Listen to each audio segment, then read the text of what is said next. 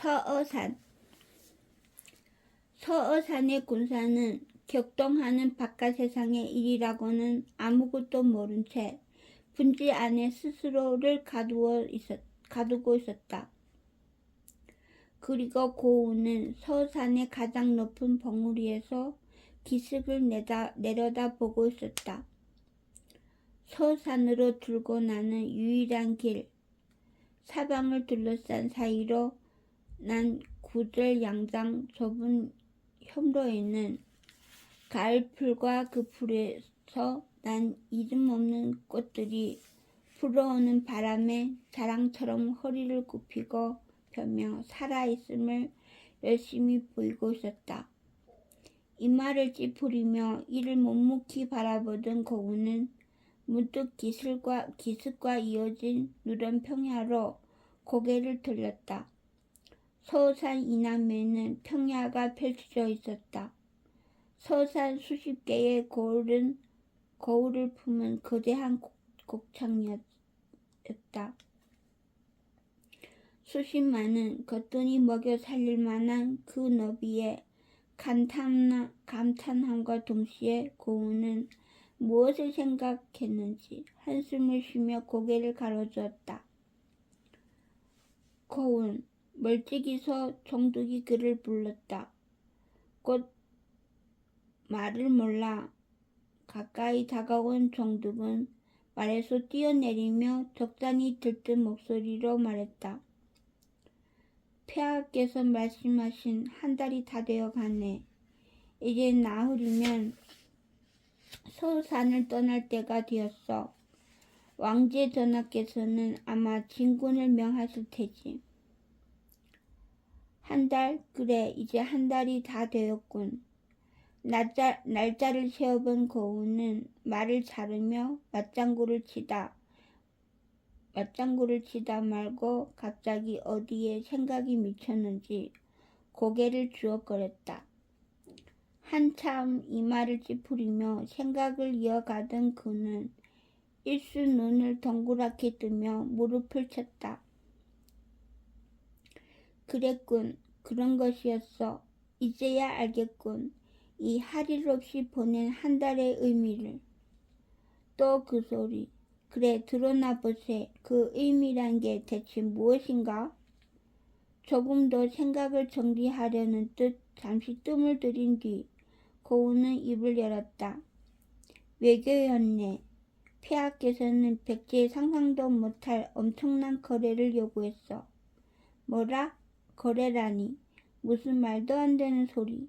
설령 그렇다 쳐도 그 거래는 무엇이고? 그 내용이야 모르지. 다만 거래는 성공했네. 그러니 아직 싸움 없이 잠잠한 것이야. 어째서 그렇게 되는 것인가? 천천히 좀 설명해 보게. 우리는 인질이었네. 이 서산이라는 험산의 분지. 적도 군도 쉬이 들지도 나가지도 못하는 함정에 묶어 놓은 인질. 전형적인 인질이지.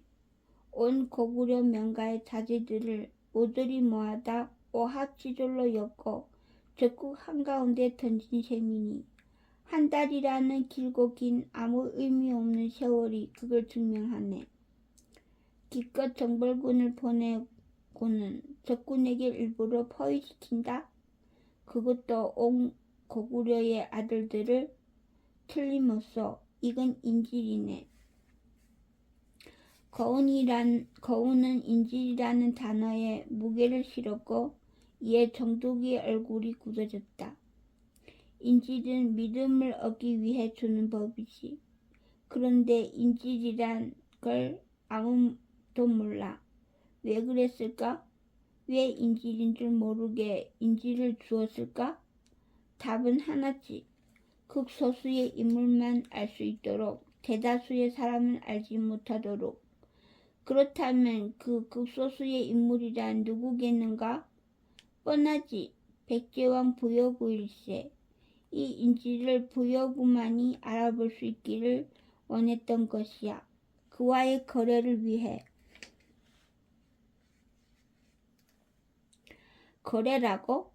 폐하께서는 부여구에게 인지를 주었으니 거래에 응하든가 인지를 모조리 죽이고 나라의 존망을 큰 싸움을 벌이든가. 그것이 태왕 폐하께서 내민 선택지였어. 그리고 부여구는 아마 거래에 응했을 거야. 그가 거래를 수락했기 때문에 우리는 안전히 이곳에 있었던 것이야. 싸움 한 번 없이. 가만 듣고 있던 정득은 식탁에 고개를 들었다.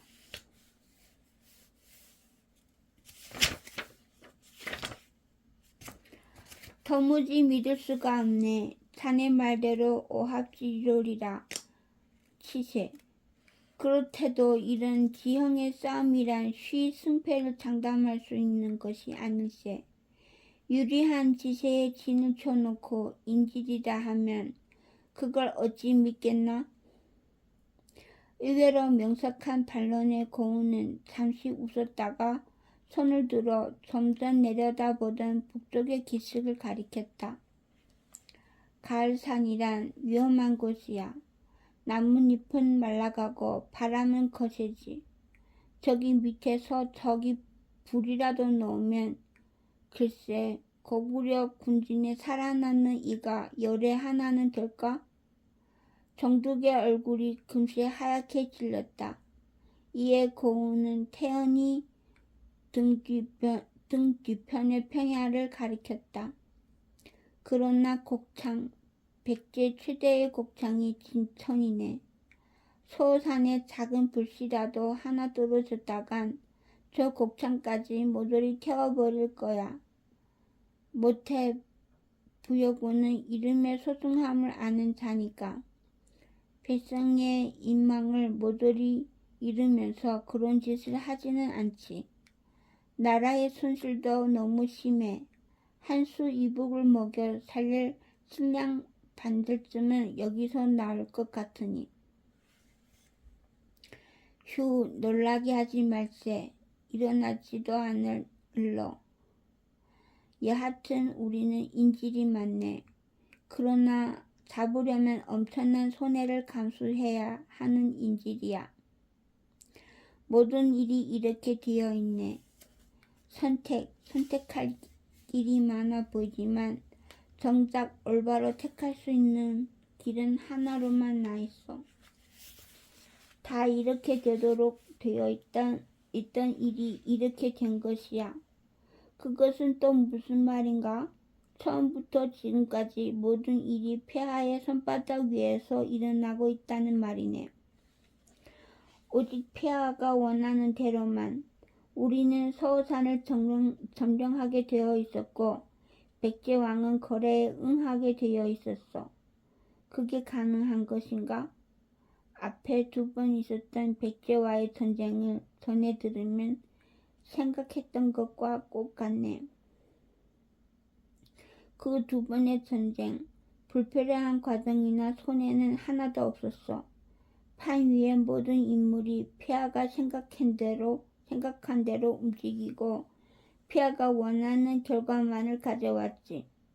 수만 대군이 부딪혔는데 사상자가 100명 남짓이었다지.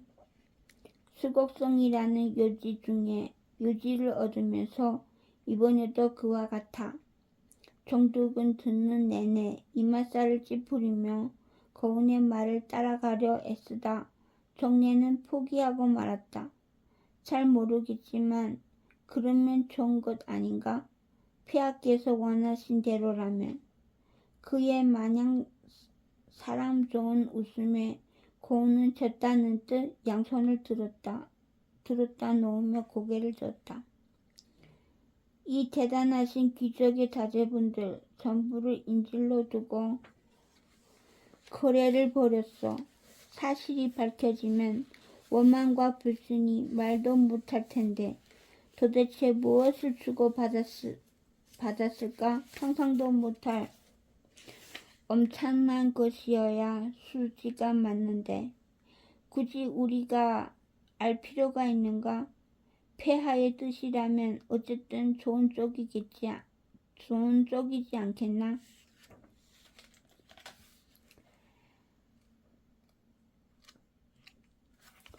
전혀 몸서리 쳐질 만큼 불쾌하고 또 무섭군. 우리는 처음부터 끝까지 바둑돌 한 알에 불과한 셈이니까 폐하가 놓으면 놓는 대로 그 무엇도 모른 채 폐하의 손에만 운명을 맡겨야 하니 가령 이곳에서 싸움 한번 못해보고 불타 죽는다든가 포위된 채 굶어 죽는다든가 폐하가 버리면 꼼짝없이 버려지는 것이지. 장수란 본래 그런 걸세. 우리는 생명이 있는 사람일세. 칼이나 화살 같은 것이 아니야. 목숨을 걸고 명에 따르려면 최소한 그 뜻이 무엇인지는 알 자격이 있어. 아니, 장수란 폐하의 칼과 화살이 맞네. 내 보기엔 자네가 이상해. 정득이 오히려 책망하는 눈빛을 보내니 고우는 할 말을 잃고 피식 웃어버렸다. 그러고는 멀찍이 눈길을 돌리며 한마디를 흘렸다. 그런가? 나는 폐하와 어울리지 않지만 자네는 다르네. 어쩌면 자네야말로 좋은 장수가 될지 몰라.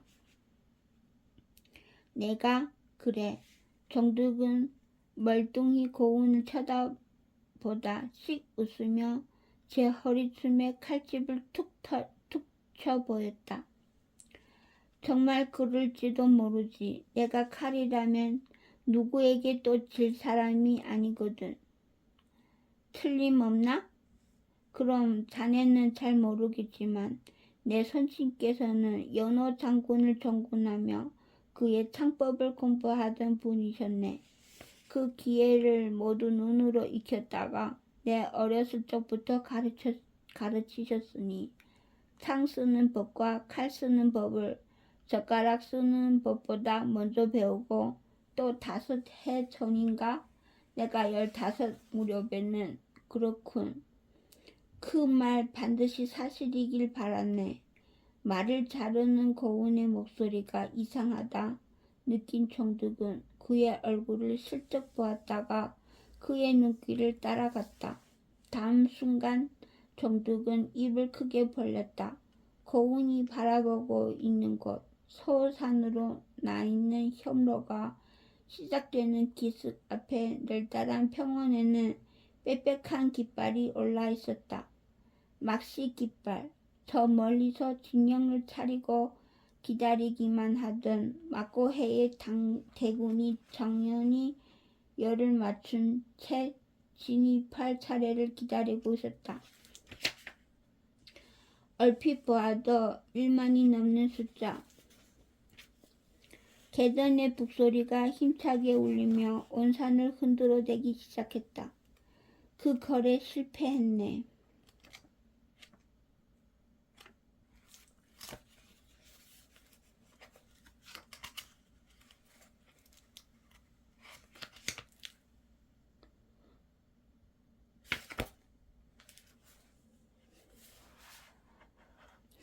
저 정말로? 얼어붙었던 정득이 허둥지둥하며 본진으로 뛰어가려는 순간 고운이 그의 어깨를 잡았다. 고운은 입술을 깨물며 시선을 혐로에 둔 채 말했다.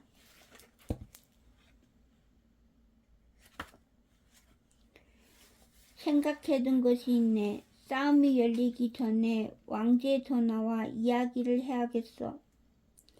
이련은 이미 파수병의 보고를 받은 뒤였다. 가까스로 늦지 않게 도착한 고운은 앞뒤 없이 제 창을 부여잡고 말에 오르려는 이련의 앞을 양팔을 벌리며 막아섰다. 전하, 이렇게는 이길 수 없는 싸움입니다. 불길한 소리를 하는구나. 오는 것은 백제의 정예입니다. 싸우지 않으면 모르되 싸우기로 결정한 이상 백제는 나라의 존망을 걸고 청력을 기울여 이 싸움에 임할 것입니다. 그렇다면 더 잘된 것이 아니냐. 내 여기서 백제를 완전히 깨부수고 고구려의 시대를 천명하리라. 이련은 선언하듯 외치고 거운을 밀어젖히며 말에 올랐다. 그러나 거운은 끝내 버티며 다시 이련의 앞을 막아섰다. 전하, 불을 내야 합니다. 그리하면 이길 수 있습니다. 산속에 있는 것은 우리다. 아군이 적의 화풍을 겁내야 한건을 스스로 불을 내라니. 핀장과 함께 듣기 싫다는 뜻. 이련은 거운을 지나치려 했으나 거운은 또다시 앞을 막았다. 아닙니다, 전하. 지금은 바람이 위에서 밑으로 길을 잡았습니다. 헛소리. 어제 오늘 다른 바람 가는 길을 어찌 속단하느냐? 어느 쪽으로든 불이 번지면 고립되는 것은 분지 속의 아군이다. 적이 아닌 아군을 태운단 말이다. 아니, 사람을 태우자는 것이 아닙니다. 뭐? 적이 진즉에 화붕을 쓰지 못한 까닭은 저 어마어마한 크기의 곡창에 있습니다. 하니 우리가 먼저 저 곡창을 태우자는 것입니다. 산을 타고 내려간 불길은 금세 곡창까지 번질 테고 그리하면 적은 그 불길을 잡느라 무엇도 할 수 없습니다. 뭐라? 불길이 산등성이 초목을 지나고 나서 잦아들길 기다려 불길을 따라가면 됩니다. 오히려 길이 열리는 셈입니다. 적을 화재에 묶어두고 아군을 요요히 떠나는 것이지요. 군사 한 명 잃을 필요 없습니다. 틀린 말이 아니라 생각했는지 이련은 고개를 끄덕이며 몸을 젖혔다. 이에 고운은 한층 간곡하게 그를 설득했다. 불 한 번 지르면 끝입니다. 불리하고 불확실한 싸움을 할 이유가 무엇입니까? 오히려 전장의 승리보다 더 큰 성과를 얻고도 아군은 상처 하나 없이 무사히 퇴각할 수 있습니다. 전하, 어서 명을 내리시죠. 이련은 곧 생각에 잠겼다. 무엇 하나 틀린 것 없이 구구절절 옳은 계책이었다. 불은 없던 길로 만들어줄 것이고 뒤따라 올 적은 곡창이 대화대에 묶일 것이었다. 잃을 것은 없고 얻을 것만 있었다. 택하지 않을 이유가 없는 계책이었다. 생각을 마친 이련은 낮은 목소리를 흘렸다. 아군에 대단한 지장이 있었구나. 내 말에 틀린 것이 하나도 없다. 그러나 고운이 겸양의 말을 하려는데 이련은 문득 고개를 가로주었다. 그러고는 손을 들어 탁상 위에 서원을 가리켰다. 오늘 아침에 도착한 원명이다. 폐하께서는 앞으로 다시 한 달을 머무르라 명하셨다. 폐하께서는 앞으로 다시 한 달을 더 머무르라 명하셨다. 서한은 멀리서도 뚜렷이 내용을 볼 수 있었다. 한 달간의 농성, 적혀있는 것은 그 글자가 전부였고 거운은 기가 막혀 이련을 바라보았다. 전하, 저 대군 앞에 도무지 버틸 수 없을 것입니다.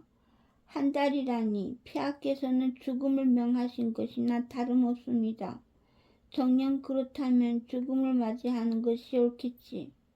전하, 두려우냐? 죽음이 두려워? 그리 호들갑을 떠느냐?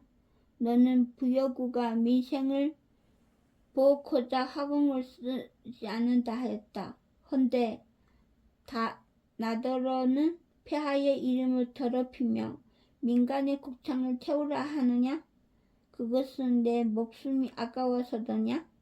그들은 백제군이며 백제의 백성이 어느 나라든 민간의 땅에 불을 지르라니 미천태왕 이래 고구려는 그런 길을 걸은 적이 없다. 그러나 중과 부적입니다. 전하, 이렇게는 이길 수 없습니다. 아군은 어합지졸.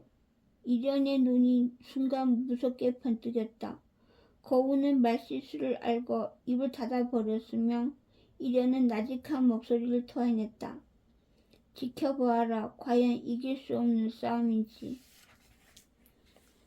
그것을 마지막으로 이련은 거운에게서 관심을 거두고 말을 몰아갔다. 거운이 몇 번이나 이련을 불렀으나 이련은 한 번 돌아보지 않고 장수들이 모인 마사로 들었다. 곧 이어 장수들을 거느리고 나선 이련은 온 고구려 진영이 쩌렁쩌렁 울리도록 호통을 치며 계단에 북을 울리니 온 군사는 깃발을 세우고 무기를 들어 기슭을 향해 내려가기 시작했다.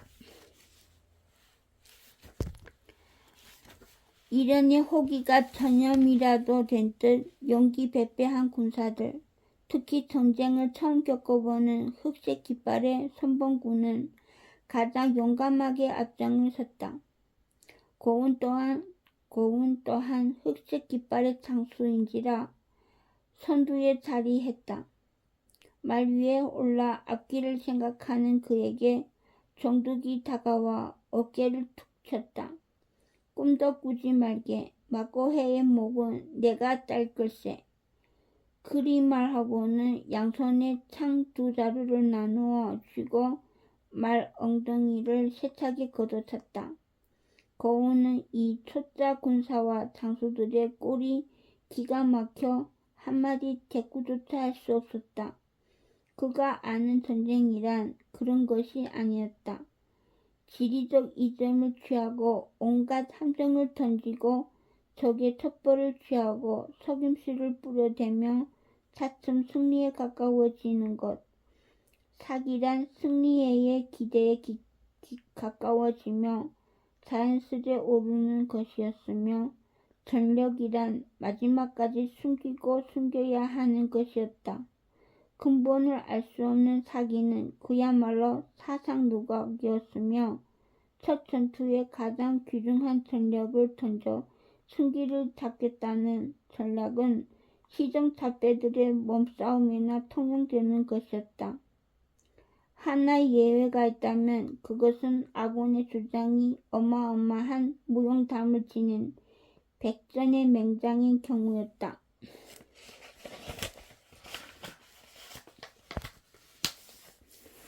지금은 을불태왕의 시대가 아니거늘.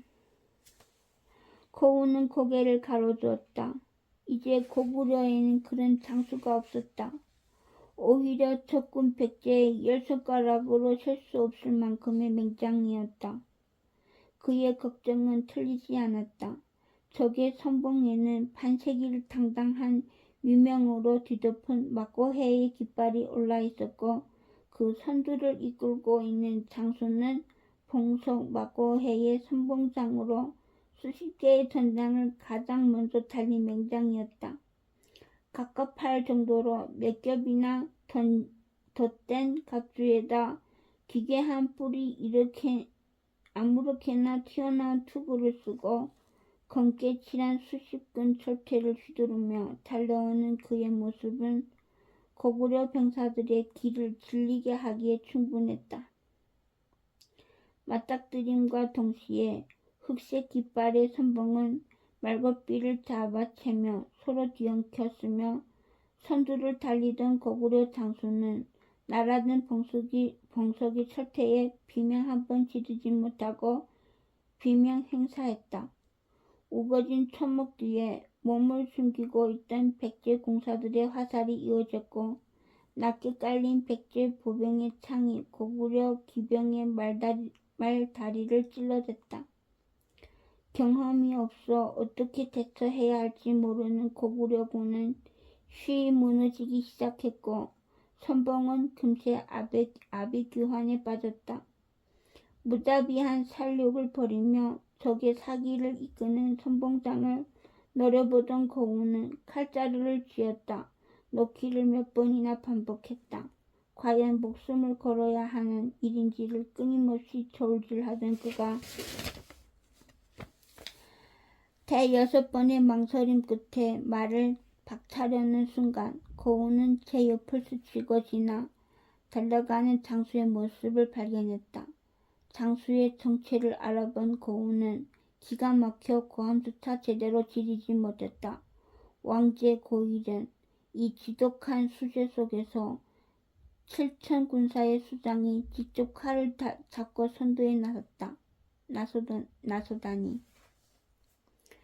이라 짧은 외침과 함께 가슴을 말등에 붙이듯 엎드린 이련은 한 호흡에 적의 바로 앞까지 닿았다.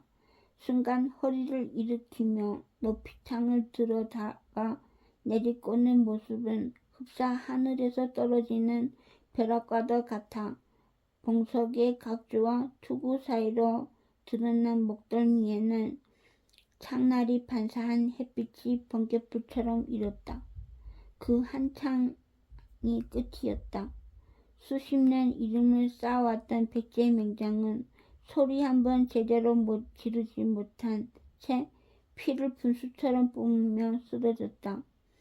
허물어지는 그의 몸뚱이 뒤로 나타난 이련의 압도적인 위용에 전장에는 어색한 정적이 짧게 흘렀고 순간 두 진영의 사기는 완전히 뒤바뀌었다. 선봉 중에서도 첨단의 선봉에서 직접 창칼을 휘두르는 왕족은 고구려 병사들에게 실로 오랜만에 벅찬 환희를 주었다. 뒷걸음만 치던 선봉의 기병들은 일거에 기가 살아나 이련의 뒤를 따라 적진을 밟았고 백제군은 그 호쾌한 맹공에 오래 견디지 못하고 등을 보인 채 퇴각해야 했다. 있었구나 그런 맹장이. 고운은 귀가 먹어 버리도록 울리는 고구려군의 환호 속에서 멍하니 중얼거렸다. 그 짧은 시간 목격한 이련의 역량이란 설화로나 내려오는 역사 속 옛 장군들의 모습에 못지않은 것이었다. 단 한 창으로는 한 번의 전투가 결판 나버렸다. 단 한 창으로 한 번의 전투가 결판 나버렸다. 백제군은 도망했고 고구려군은 쫓았다. 이련은 말탄 장수라면 눈에 띄는 대로 모조리 다 찌르고 베어버렸으며 사기가 뻗칠 대로 뻗친 고구려 군사는 퇴각하는 백제군을 끝까지 두드리며 쫓았다. 백제군은 본진까지 도망했다. 방책대로 꽁무니를 감추는 백제군을 비웃듯 바라보던 이련은 창을 들어 백제의 본진을 가리켰다. 이틀이나 싸우기엔 몸이 고되다.